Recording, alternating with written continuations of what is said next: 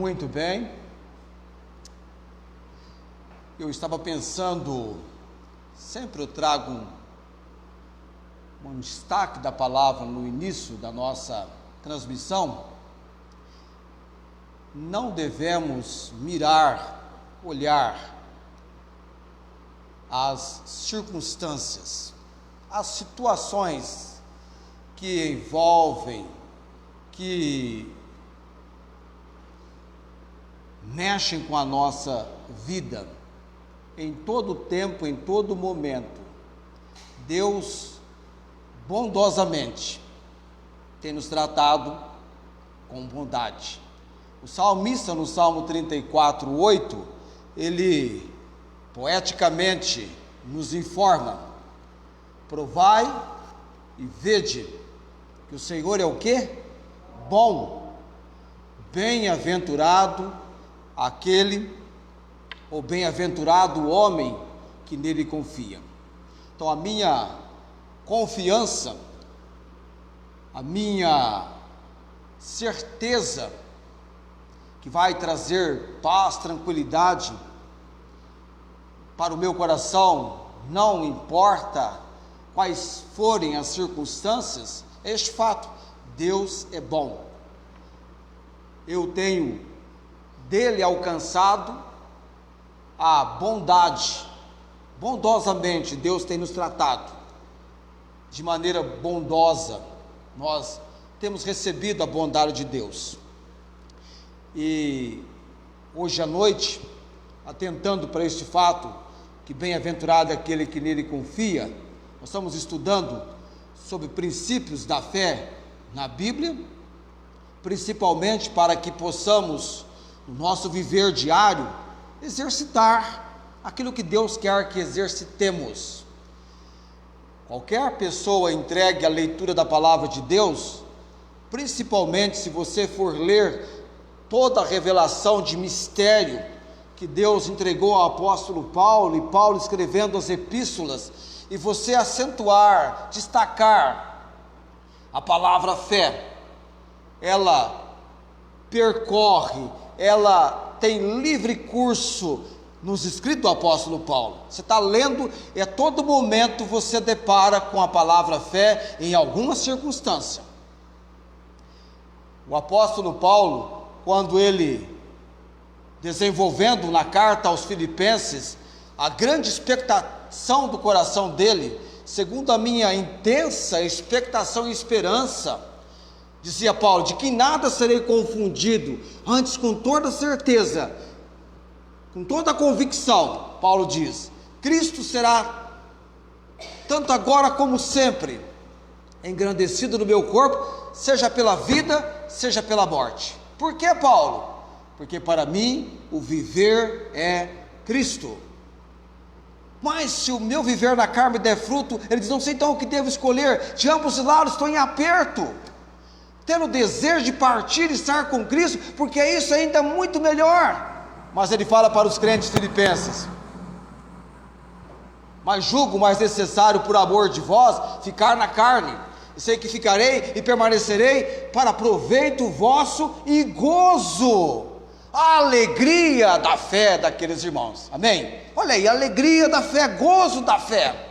Paulo entendia isto, escreveu isto para eles: eu quero que vocês tenham alegria na fé, não nas circunstâncias, mas na confiança estabelecida, firmada, fortalecida no Senhor. Vamos lá então falar sobre a arma da nossa defesa, no texto de Efésios capítulo 6, versículo 16. Efésios 6, 16. Coloquemos-nos em pé em reverência à leitura apenas de um versículo da palavra de Deus. Efésios 6, 16.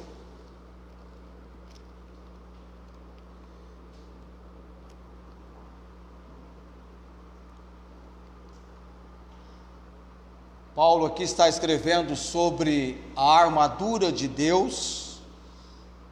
Ele quer que os crentes se revistam de toda a armadura de Deus para que possam estar firmes contra as astutas ciladas do diabo.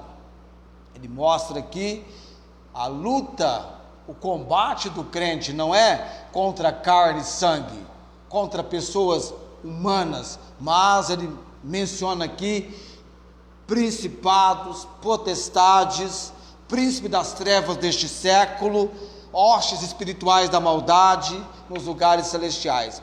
Então Paulo recomenda e ordena que o povo de Deus tome toda a armadura para que possa resistir no dia mau e, havendo feito tudo, ficar firmes. E aí ele vai mostrando as peças da armadura e chega no versículo 16, depois de mencionar o cinto, a couraça da justiça, cingindo os lombos com a verdade, o cinto da verdade, couraça da justiça, vai proteger o coração, calçar os pés na preparação do evangelho da paz, tomando sobretudo, versículo 16, peça da armadura para defesa, minha e sua, cristão, tomando sobretudo o escudo da fé, com o qual podereis apagar todos, não alguns, todos os dardos inflamados do maligno. Vamos orar. Eterno Deus, sempre nos entregamos a orar no momento da pregação, por este tempo que o Senhor nos concede, que cada um aqui hoje à noite, ó Deus, possa entender aquilo que o Senhor tem para conosco na palavra, falar, nos ensinar, dar compreensão, dar entendimento, levar-nos a uma reflexão mais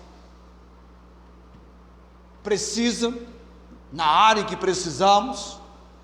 Nos ajude, ó Deus, que a minha pregação, que o nosso momento de pregar a palavra, não venha consistir em palavras persuasivas de sabedoria humana, mas no poder, na demonstração do Espírito Santo. A nossa capacidade, como várias vezes tem mencionado, vem do Senhor. Usa-me, capacita-me, ó Deus, dá-nos entendimento, Senhor. Traga paz, refrigério ao nosso coração. O Senhor reina, está no controle. É o Senhor quem cuida de nós. É do Senhor que a cada dia vem para nós o pão, o alimento, o suprimento. E o Senhor é fiel, ao ponto de que o salmista pode expressar, dada a ele a palavra do Senhor na poesia do Salmo 37, verso 25, Davi assim expressou: fui moço e agora sou velho, nunca vi o justo desamparado, nem a sua descendência a mendigar o pão. O Senhor cuida dos seus, o Senhor tem cuidado de nós, nada merecemos, por misericórdia e graça recebemos. E oramos nesse momento, nos entregando a pregação e ensino da palavra do Senhor, no nome de Jesus. Amém.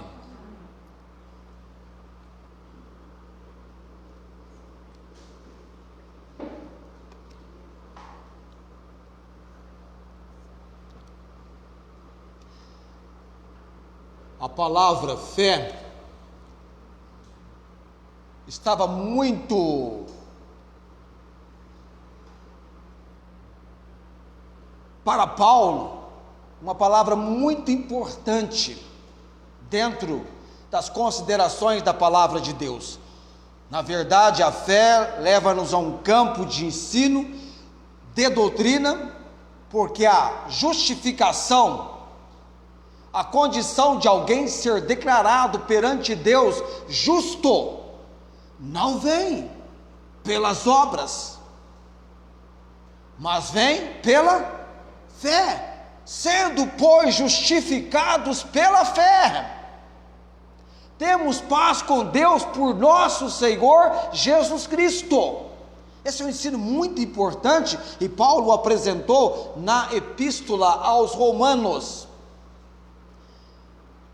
O apóstolo Paulo, sem dúvida alguma, foi um homem que com toda certeza ele mesmo disse dele mesmo que ele foi blasfemo, perseguidor e opressor dos que estavam em Jesus Cristo, pela fé, servindo Jesus. Ele perseguiu a igreja, ele perseguiu, mas ele diz que tudo o que ele fez, ele alcançou misericórdia, porque ele fez ignorantemente na incredulidade. E então ele diz: e a graça de nosso Senhor superabundou. Primeira epístola de Timóteo, capítulo 1, eu estou no versículo 14. Superabundou com a graça e amor que há em Jesus Cristo. E a graça de nosso Senhor superabundou, com a fé e amor que há em Jesus Cristo. Entenda, para Paulo, 3 palavras dentro da palavra de Deus, eu chamaria até de 3 vocábulos, dão as mãos. 3 vocábulos dão as mãos para andarem juntos, unidos. Muito bem, mas sobre essas 3 considerações, ainda não chegarei lá hoje, mas já deixo você de pensamento ativado. As 3 palavras: fé, amor e esperança. É importante a consideração que Paulo apresenta sobre isto na palavra de Deus, principalmente quando nós atentamos para a questão da fé. Então, essa semana, lendo a palavra de Deus, se você estiver lendo Romanos, ou 1º e 2º aos Coríntios, Gálatas, Efésios, Filipenses, Colossenses, e por aí vai indo, as epístolas do apóstolo Paulo, pega ali um lápis de cor, e cada versículo que você esbarrar com a palavra fé, você marca. E aí você vai colorir, dar um colorido em textos da sua Bíblia, nas epístolas do apóstolo Paulo, porque Deus usou sobremaneira o apóstolo Paulo, tratando deste mistério, que é apresentado na palavra de Deus, para os gentios, Cristo em vós, esperança da glória. Um povo que dantes estava fora das alianças, concerto com como o povo de Deus, agora em Cristo, vem para também serem um em Jesus Cristo. A arma da nossa defesa, fé. Nós temos trabalhado este assunto com você. Aliás, desencadeamos este assunto quando Jesus destacou a fé daquele cego chamado Bartimeu. Nos comove o que Jesus disse para ele depois que ele respondeu a indagação que mudou a sua vida. Jesus perguntou para ele: que queres que te faça? E ele, crendo num Jesus todo-poderoso, aquele que não há impedimento algum, ele pediu que pudesse ver, enxergar. E aquele vai de Jesus: a tua fé te salvou. Aquele homem passou a enxergar e tornou naquele momento o momento mais importante da vida dele, porque agora ele era um salvo pela graça por meio da fé, curado fisicamente, uma dádiva a ele, e um seguidor de Jesus Cristo, pela fé, abraçou a causa do Evangelho, apegou-se à pessoa de Cristo. Importante, ele vendo agora Jesus. Antes ele ouviu e agora ele via Jesus.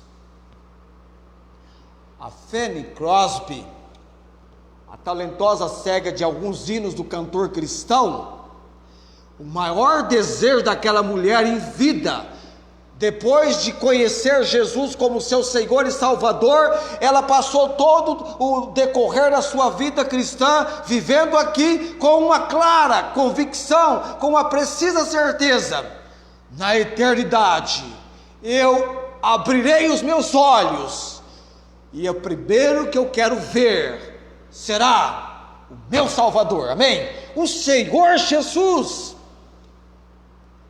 Que adianta você ter visão e partir para a eternidade sem a maior e mais evidente visão que alguém poderia almejar ter, que é a visão espiritual.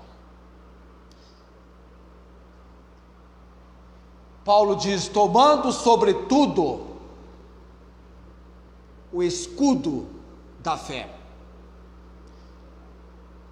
Eu disse a semana passada e volto a dizer: Deus tem nos acercado como povo dele de recursos que nós precisamos, completos recursos para vivermos a vida cristã como Deus quer que ela seja vivida, amém? Não é como você entende que você deve viver a vida cristã. Aqui está o nosso manual, o nosso livro, autoridade, a única regra de fé é a Bíblia, a palavra de Deus. A nossa vida tem que estar embasada, alicerçada na Bíblia, na palavra de Deus. A palavra de Deus, ela é viva, ela é eficaz. A minha não é, mas a palavra de Deus é viva e eficaz. Ela é mais penetrante do que espada alguma de dois gumes, e penetra até a divisão da alma, espírito, juntas e medulas. Ou seja, o ser humano atinge por inteiro o seu espírito, a sua alma e o seu corpo. E a Bíblia é apta para discernir os pensamentos e intenções do nosso coração. Está aqui todos os recursos que nós precisamos. Deus sabe da nossa luta, do nosso combate. Deus vê aquilo que nós não podemos ver, mas a palavra dele documenta. E se a palavra dele disse que há um combate, que há uma luta, é porque existe um combate, existe uma luta no terreno espiritual. E as armas também são espirituais. Escudo da fé é uma arma poderosa. Quando eu digo uma arma poderosa, pensa numa arma de defesa que, ao observá-la, você é claramente convencido que arma poderosa, com a capacidade de trazer proteção. A fé, essa arma poderosa, é usada contra os males do mundo e contra o implacável inimigo das nossas almas. É contra essas hostes espirituais da maldade, contra os príncipes das trevas deste século, contra toda sorte da ação do inimigo. Eu tenho que usar o escudo da fé para apagar todos os dardos inflamados do maligno. Aqui nós temos em Efésios capítulo 6 a lista, e dentre as peças que chamam armadura, temos o escudo da fé. O escudo da fé. Deus quer que a nossa confiança nele, que a nossa fé nele chegue ao ponto de você, com essa fé, com essa confiança, estar pronto a ser protegido, que essa confiança, que essa fé venha neutralizar, apagar todos, não alguns, todos os dardos inflamados do maligno. O maligno vai investir contra nós em 3 áreas interessantes que nós precisamos vencer pela fé e devemos nos revestir todos os dias, estar preparado contra o inimigo. Primeira área, vencendo os inimigos da fé. Primeiro inimigo que eu vou mencionar para você vencer pela fé. Tiago capítulo 1, versículo 4 e 5, ou 5 e 6, acho que é 5 e 6. Tiago capítulo 1.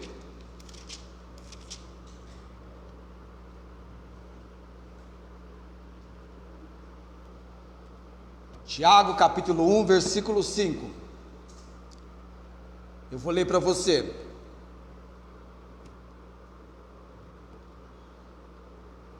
Eu disse ainda há pouco, tenho dito, que nós temos todos os recursos que nós precisamos para, com êxito, vivermos a vida cristã.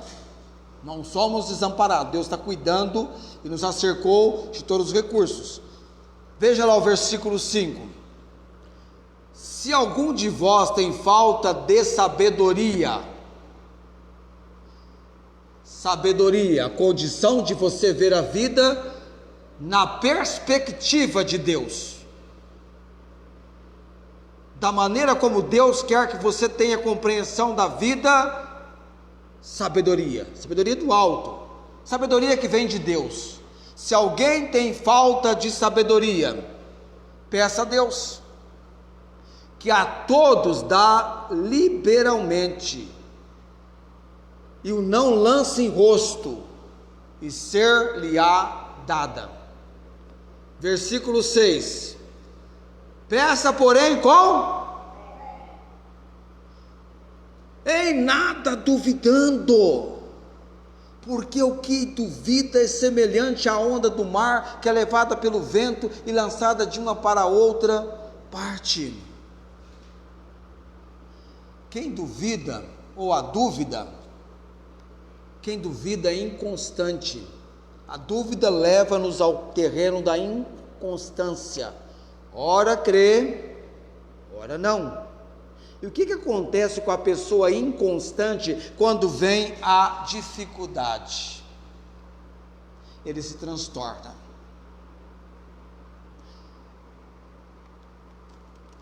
O irmão que estava aqui de São Paulo, ele estava comentando sobre a constância da igreja em algo que ela faz fielmente. Constância.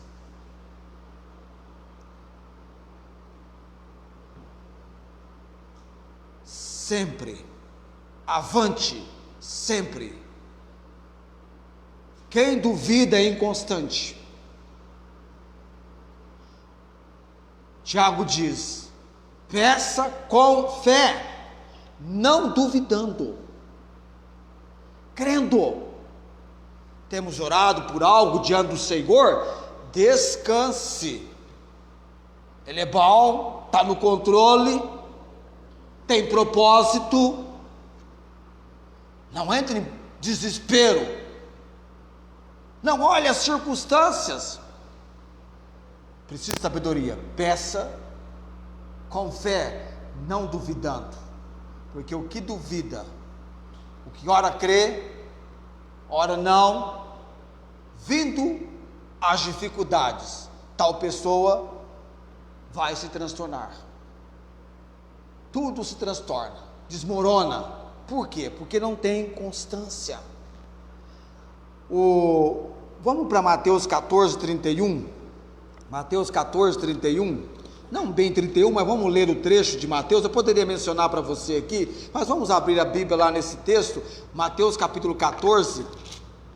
É uma passagem da palavra de Deus que relata para nós um episódio muito interessante. Mateus 14.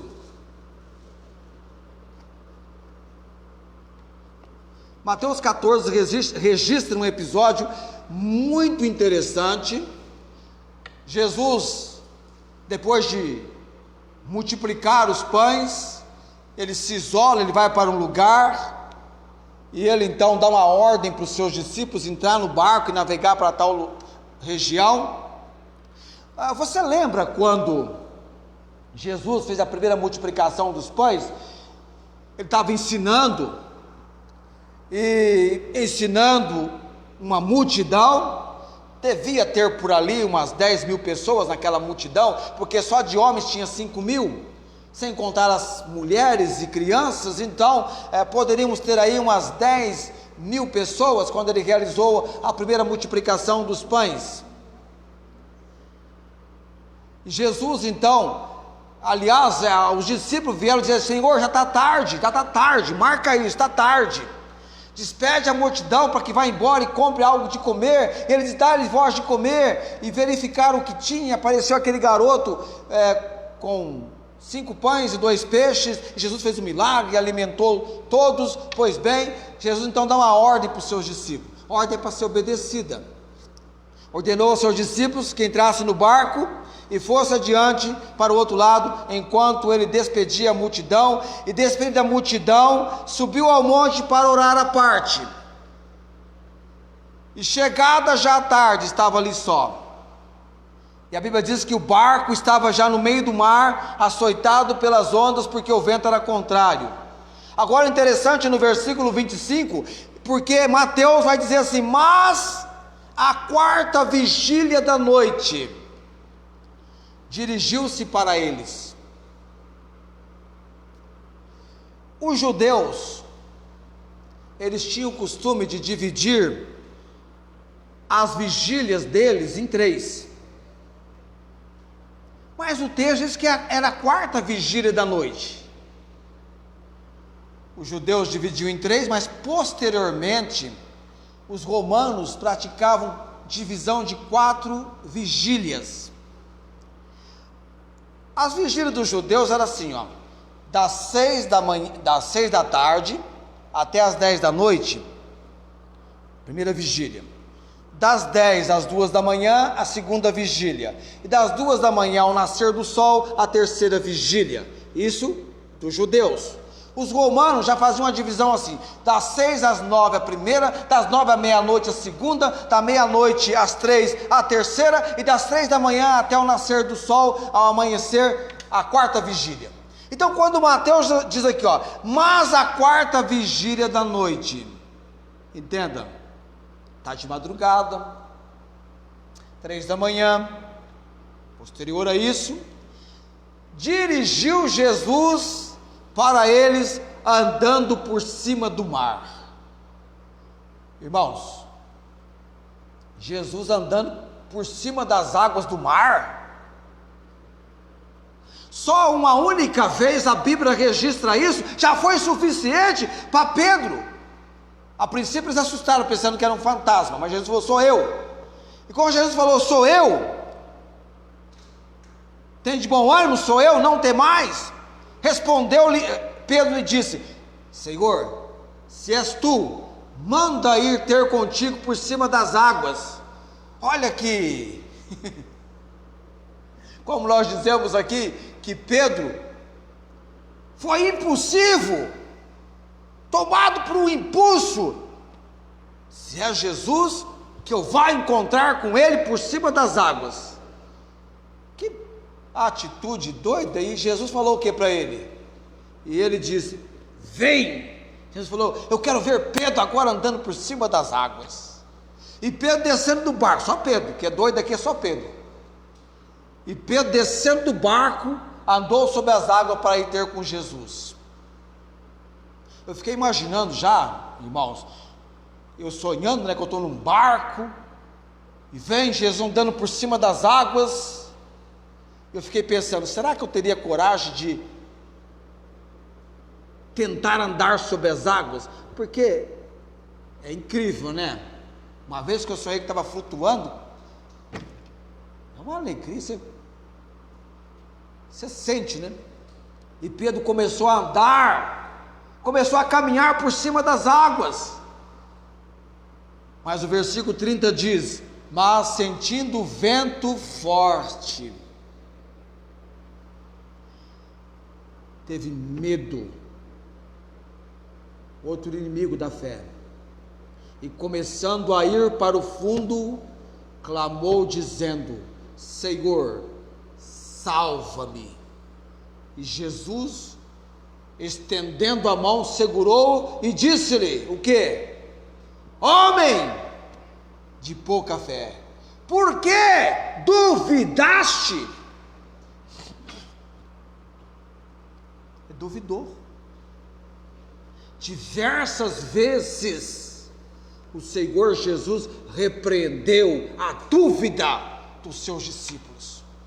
Amados, o nosso Deus é digno da nossa confiança, é digno que lancemos diante dele a nossa ansiedade.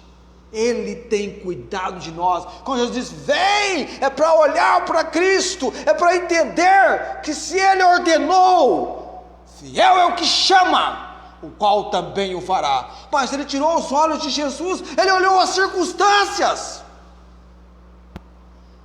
Este é o nosso problema na vida cristã. Por isso nós precisamos gastar tempo lendo a palavra de Deus, mais do que ler, estudar, até chegar ao ponto de sermos pessoas meditando na Bíblia, conversando com Deus, avaliando, mas Deus, a tua palavra diz aqui, e você começa a pensar, refletir, analisar, deixar a palavra te envolver. Todo o sucesso, a proeza que Josué teve como líder do povo de Israel, não se aparte da tua boca o livro desta lei, antes medita nele dia e noite, para que ele viesse prudentemente a fazer o que tinha de ser feito, iria prosperar. Nós estamos deparando com a época hoje que cristãos não estão lendo a Bíblia, não estão estudando, não estão meditando, estão agindo pior do que os ímpios.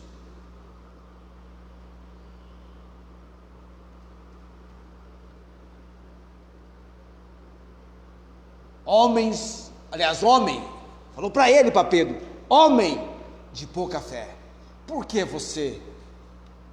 duvidaste? Por que você duvidou? Ele não disse, Senhor, se é tu, manda-me ir ter contigo pelas águas.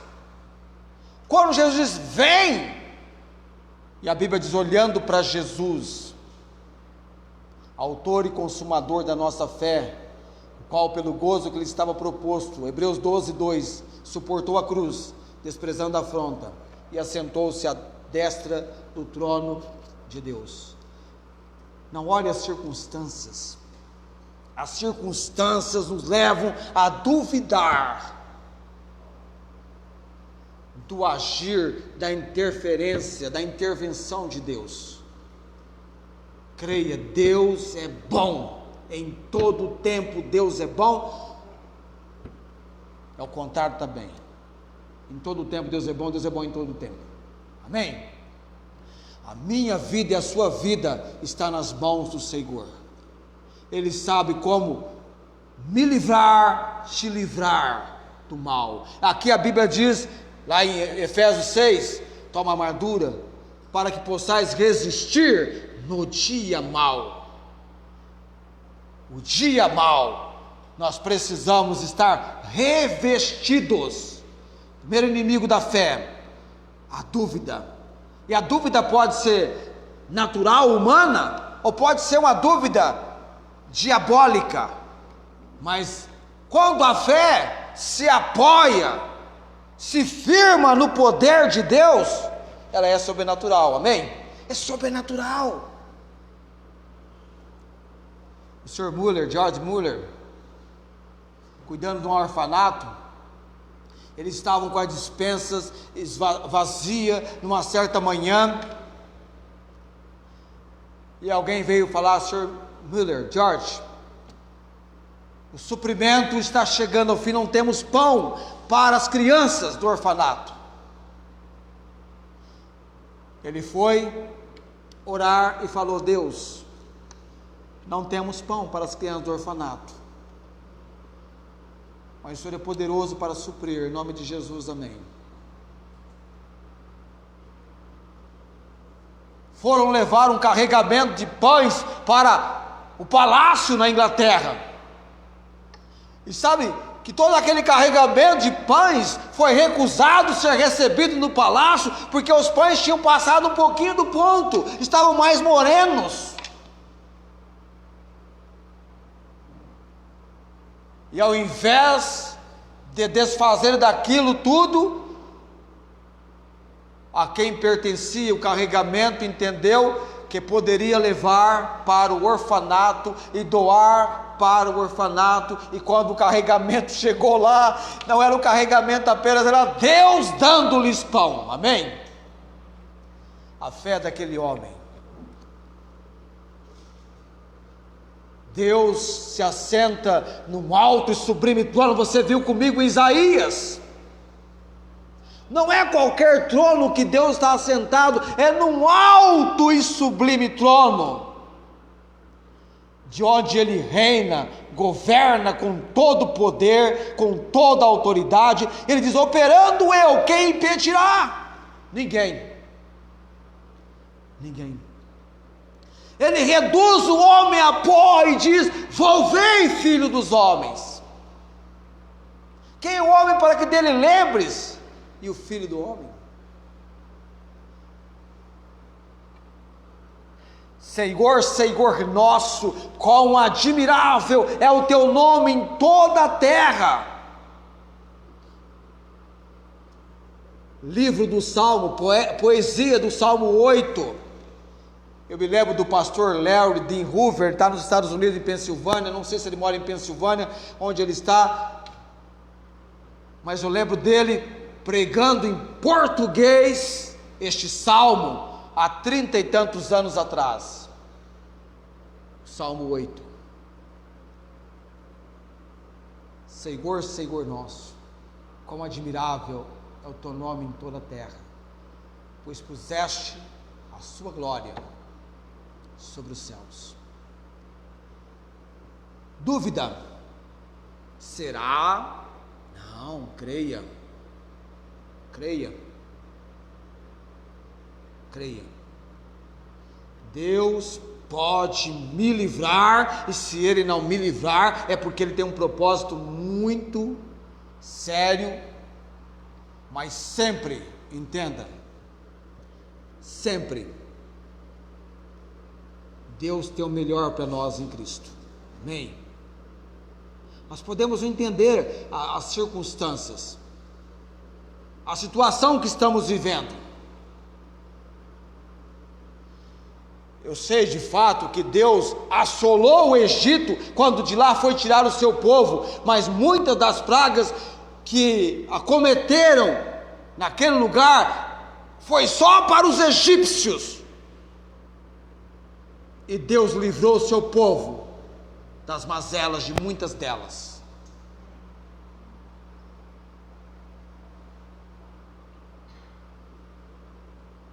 Dúvida é uma mestre, pode ser humana ou pode ser diabólica. Quer um exemplo de uma dúvida diabólica? A serpente no jardim do Éden, quando colocou dúvida no coração de Eva: é assim que Deus disse? Certamente morrereis?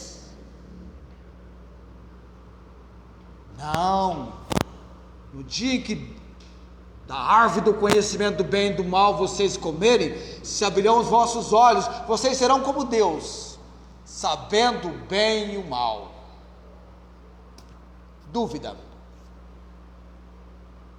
quantas vezes você entra em parafuso,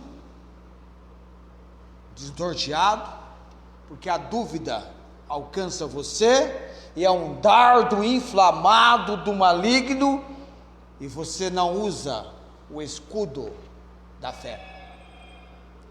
É a nossa arma, poderosa arma de proteção contra os dardos. Não alguns, todos.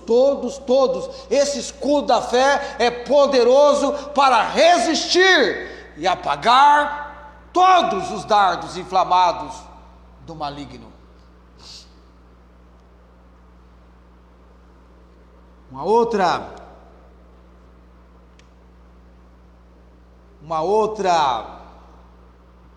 outro inimigo da nossa fé, além da dúvida, tem um outro. Abra a Bíblia lá em João, Evangelho de João, capítulo 16. Evangelho de João, capítulo 16.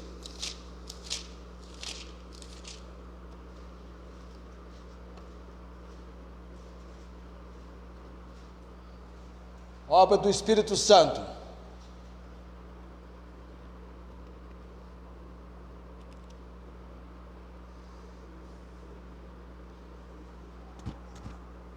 João 16, versos de 8 a 9. Está falando da vinda do Consolador, o Espírito Santo. E o texto diz aqui, e quando ele vier, João 16, 8. E quando ele vier, convencerá o mundo do pecado, da justiça e do juízo.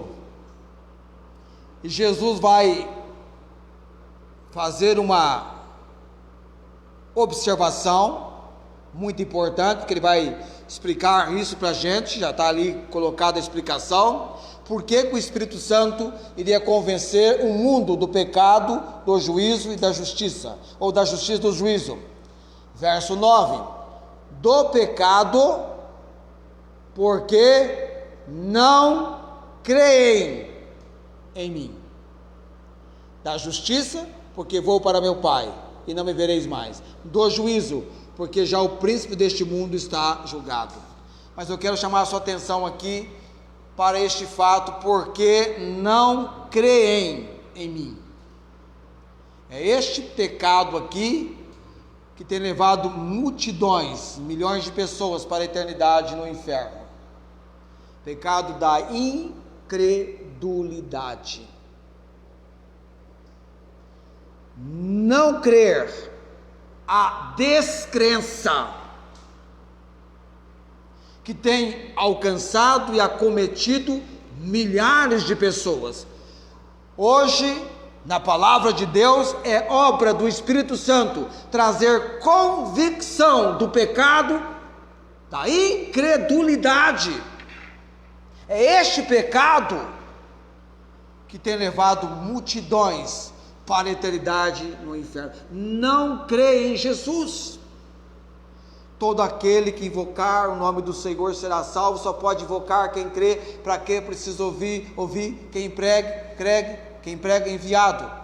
Mas como que a pessoa que não crê em Jesus vai ser salvo? Vai invocar Jesus como Senhor e Salvador? Então o Espírito Santo vem trabalhando convicção, combatendo a incredulidade, a descrença.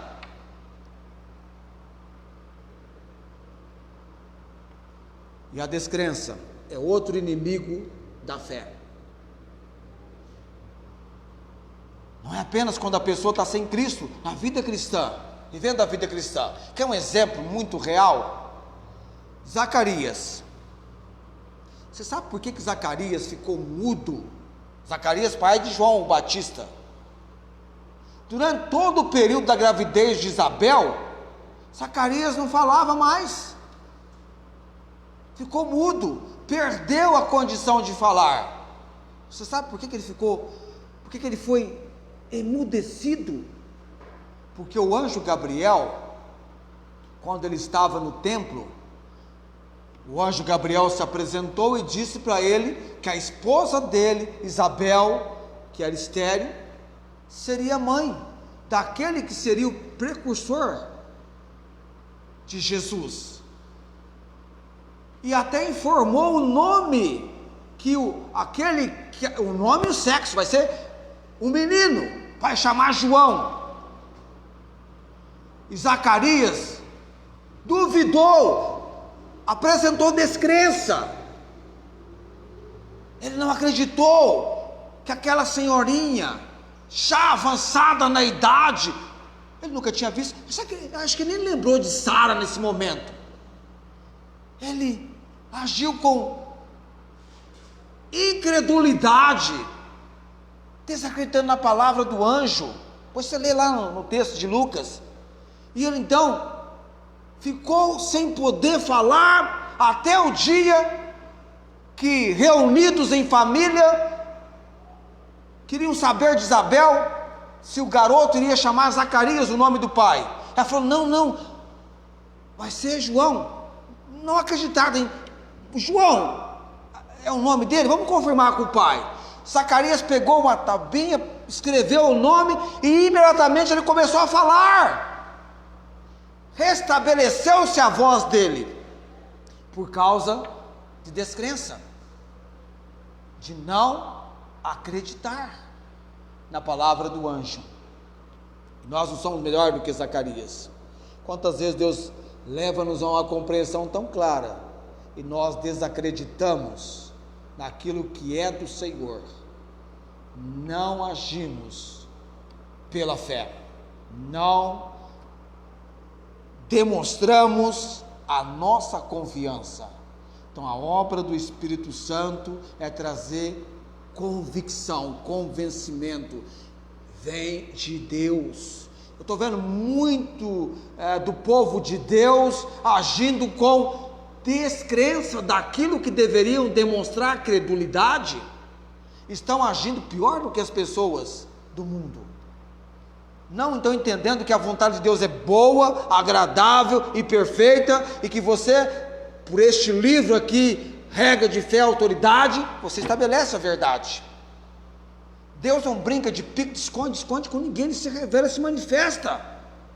Tem porventura algo impossível para o Senhor realizar, fazer na sua vida? Se é falta de sabedoria, peça a Ele, busque dEle. Deixa eu falar do terceiro e último aqui, que envolve o medo. Pedro teve lá, ele teve, além da dúvida, o medo. O temor é o inimigo da fé. Quando você tem medo, Deus não nos deu o espírito de temor, mas de fortaleza, de amor, de moderação. 2 Timóteo capítulo 1, versículo 7. Pessoas têm medo e se acovardam. Deus disse para Gideão, na preparação do seu exército para combater contra os midianitas: tira fora os que têm medo, covarde, sai fora, tira fora do seu exército. O exército tinha 32 mil, 22 mil parte em retirada. Os covardes, os tímidos, medrosos foram tirados. Tu conservarás em paz aquele cuja mente está firme em ti, porque confia em ti. Confiar no Senhor, devemos reconhecê-lo em todos os nossos caminhos. O medo vai existir e você vai combatê-lo com o escudo da fé, é o inimigo. Você acha que Davi estava com medo quando foi enfrentar o gigante Golias? Eu não creio que ele estava com medo. Ele foi na mesma condução que Deus lhe deu a graça de enfrentar o urso e o leão, e ele falou: quem é este incircunciso filisteu para afrontar o Deus de Israel, o Senhor dos exércitos? Quem é este incircunciso filisteu? Quem é este camarada petulante, orgulhoso, altivo, arrogante? Quem é que ele pensa para afrontar o Deus vivo e verdadeiro? Ele pegou 5 pedras do ribeiro, do riacho, pegou o seu alforje, mas Deus disse, é na primeira. Deus não é sensacionalista. Foi no primeiro round, pá, cai, pegou a espada, cortou a cabeça de Golias. Mas era a missão de Davi. Você acha que Daniel teve medo quando teve que ir para a cova dos leões? O decreto de Deus é que eu e você sejamos fiéis até a morte. Morte. Paulo diz assim: o combate que eu estou e vivi e enfrentei foi um bom combate, combati o bom combate, acabei a carreira, guardei a...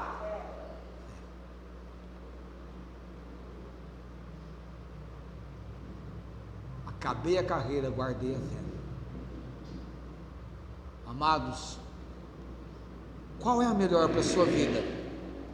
Aquilo que você pensa que é o melhor para você ou aquilo que Deus já tem no seu propósito, no seu intento? Na eternidade, muitos vão lembrar: eu ouvi sobre isso, eu ouvi, eu aprendi, mas você não viveu.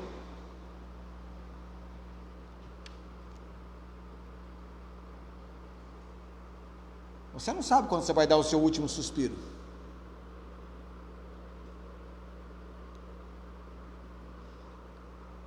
Às vezes nós pensamos que Deus é como nós, limitado, não é o Deus do impossível. Jairo, em favor da sua filha, foi ter com Jesus, e quando ele estava tentando levar Jesus para sua casa, ele recebe a notícia: a menina morreu. Jesus disse para ele: crê somente, crê somente, deixa comigo.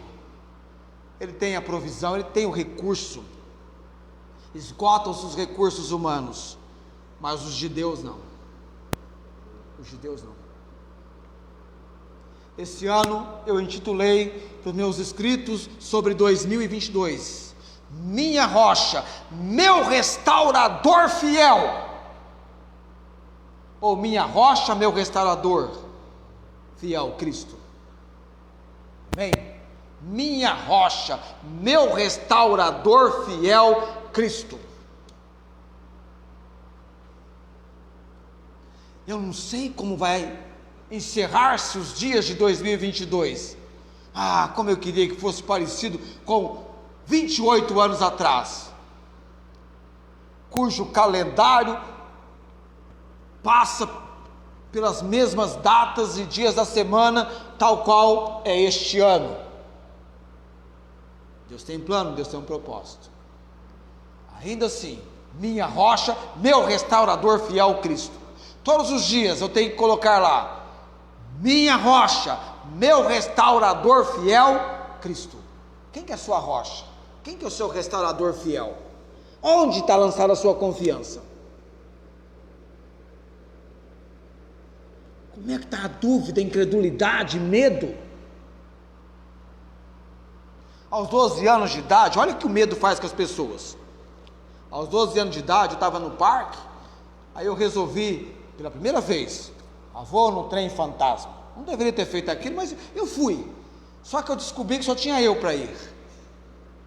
E eles ligaram aquele negócio. O que tem lá? Só boneco, não é assim? Tudo. Mas tem um detalhe. Tem um elemento surpresa. O que te assusta não são meramente os bonecos, mas o elemento surpresa. E eu entrei, sentei e lá vou eu. Pensamento. Um medo. Já sei. Fechei os olhos, segurei bem firme no carrinho e não vi nada. Quando acabou, eu saí, só fui o único a ir. Muito bem. Fui embora. Rosângela está morrendo de rir, não é? Medo, elemento surpresa. Alguns dizem assim, mas que medo mais tolo, não é? São bonecos. Eu sei lá, amados. Eu não gosto de brincar com o terreno das trevas nem dessa forma. Tem gente que brinca com o poder das trevas. Paulo falou assim, ó, não ignoramos os ardis do inimigo. Vai brincando com os ardis do inimigo. Vai brincar de expulsar demônio, como fizeram os 7 filhos daquele judeu Cefron, O demônio apoderou-se deles e deu uma surra neles. Brinca. Isso é um compromisso com Deus. Principalmente, devoção à palavra dele. Você não está vivendo o que Deus quer que você viva. Onde estão as vitórias? Onde estão os feitos? Qual é o próximo passo que você deu na vida cristã? Há passos a serem dados. Eu não comecei a vida cristã da maneira que eu estou hoje. Eu comecei com 12 para 13 anos, há 41 anos atrás, estudando a palavra de Deus, lendo por mim mesmo. Uma menina cega, ela ganhou uma Bíblia em braille, e ela colocava o dedo para ler a Bíblia com grande devoção, e lendo, houve um problema com o dedo dela, perdeu a sensibilidade, e ela não mais podia colocar o dedo e ler a Bíblia em braille. Ela ficou muito triste, aborrecida, porque ela estava aprendendo a palavra de Deus com grande devoção, empenho, a leitura da palavra, mas Deus impressionou seu coração. Coloque a língua, você lerá a Bíblia com a língua. E ela fez o experimento e vibrou com tamanha sensibilidade que ela agora tinha e podia ler a Bíblia, e ela assim fazia, lendo a Bíblia. Eu e você temos uma visão, sem óculos fica um pouquinho difícil, mas temos óculos, temos um livro na nossa língua, eu e você, e nós mantemos a Bíblia distante de nós. Não temos tempo para ler, nem ouvir pelo celular a leitura da Bíblia em áudio.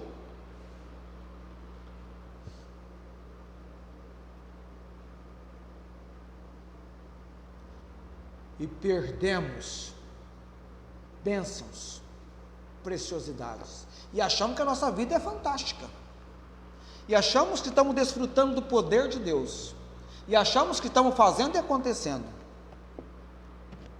Estamos perdendo, e acabamos até perdendo o primeiro amor. Achamos que estamos ricos, abastecidos, bem, somos magníficos. Estamos vivendo uma inversão de valor, chamando o bem de mal, o mal de bem. Olha o estado das igrejas chamadas igrejas de Jesus Cristo, mornas, laodiceanas. A igreja de Laodiceia, a igreja do presente século. Eu tenho que dobrar os meus joelhos, orar e dizer: Deus, me perdoa, me faça um leitor assíduo da tua palavra. Eu nem consegui, na semana passada para essa, marcar todos os versículos da pregação da palavra do domingo passado. Cada momento tinha que marcar um versículo, porque nós pregamos a palavra de Deus. Não é discurso religioso, é texto, é a palavra. Para que pessoas possam localizar os textos mencionados, que a gente não coloca de imediato aqui. Escuro da fé. A fé vem pelo ouvir, é desenvolvida pelo exercício através da palavra de Deus. Por isso, nós temos o conteúdo que nós temos na palavra. É para ler, é para estudar, é para meditar. Como nós seremos o varão bem-aventurado, que não se assenta na roda dos escarnecedores, nem anda segundo o conselho dos ímpios, nem se detém no caminho dos pecadores? Como seremos bem-aventurados nesse sentido, se não tivermos o nosso prazer na lei do Senhor, e não meditarmos nessa lei dia e noite? Há uma concorrência desenfreada para ocupar a sua mente, o seu pensamento. Há um comércio em cima disso. E você está colocando tanta coisa ruim na sua mente que vai desfalecer. Você sabe que o apóstolo Paulo usou uma palavra na Bíblia, no terreno da fé, que é usada para um navio quando afunda, um náufrago. Pessoas naufragaram na fé, e Paulo disse: eu estou entregando a Satanás, Emineu e Alexandre, porque naufragaram na fé. E falou para Timóteo: conserva a boa consciência e a fé. Já imaginou náufragos na fé? De fé o apóstolo Paulo entendia muito, irmãos. Por isso que ele falou: combati o bom combate, acabei a carreira, guardei a fé.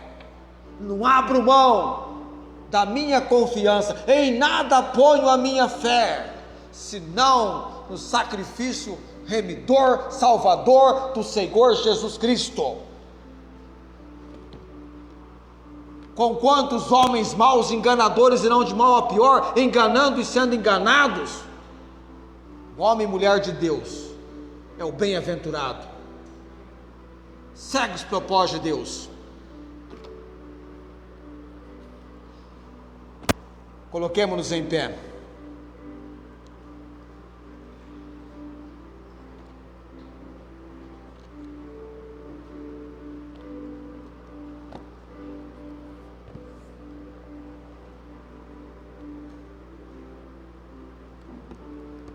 Eu gosto muito de memorizar, mentalizar a Bíblia. Na semana que vem, eu quero falar sobre amor e fé. Fé e amor. Porque o apóstolo João, no versículo 23 do capítulo 3, se eu não estiver enganado, disse: essas coisas vocês escrevemos para que creais no nome de Jesus e amemos uns aos outros. E aí eu quero falar das três companheiras que andam juntas: amor, fé e esperança. E você vai entender por que nós falhamos muitas vezes no requisito fé. Vamos entender isso. E o apóstolo Paulo faz uma menção para nós na palavra de Deus, e entendemos a imensa importância do amor, da fé e da esperança. Estes três, qual é o maior destes? O amor. A identidade do crente é o amor. Eterno Deus, precisamos a cada dia reconhecer quem é o Senhor e quem nós somos. Paulo disse: porque não faço o bem que quero, mas o mal que não quero, esse faço. Não estamos debaixo do poder do pecado, mas temos uma natureza pecaminosa. precisamos do poder, da obra do Santo Espírito através da palavra do Senhor. Qualquer pessoa apresentando perante o Senhor com o coração aberto, íntegro, buscando conhecer pela palavra a vontade do Senhor, o propósito do Senhor para a sua vida. Certo estamos, essa vontade será conhecida, essa vontade será revelada, mostrada. Oramos, Pai, por nós. Cada um de nós aqui venha desenvolver um compromisso, uma devoção real pela palavra do Senhor.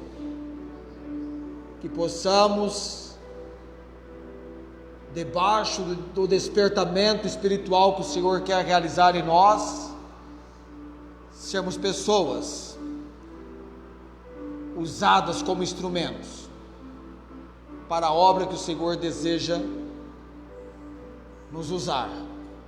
Perdoa, Deus, os nossos pecados. Quantas vezes perdemos tempo, desprezamos a palavra do Senhor, não lemos, não estudamos, não memorizamos. Faça de nós um povo como o Senhor quer que sejamos, com uma inteligência espiritual, com uma sabedoria que vem do Senhor pela palavra. A palavra é a espada com a qual nós enfrentamos, é uma arma de ataque contra o inimigo. Abençoa a nossa igreja, ó Deus, tempo da mensagem hoje à noite, os que acompanham pela transmissão, em nome de Jesus. Eu oro nesse momento com o coração agradecido. Amém. A graça do Senhor Jesus Cristo, o amor de Deus e a comunhão, as consolações do Espírito Santo seja com todos vós. Amém.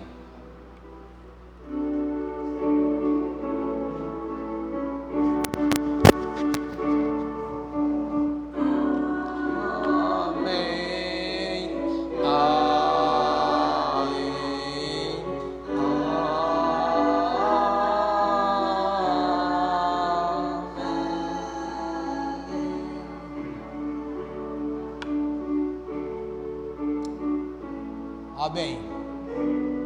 Deus abençoe a todos, tenham uma ótima semana na graça e na provisão do Senhor.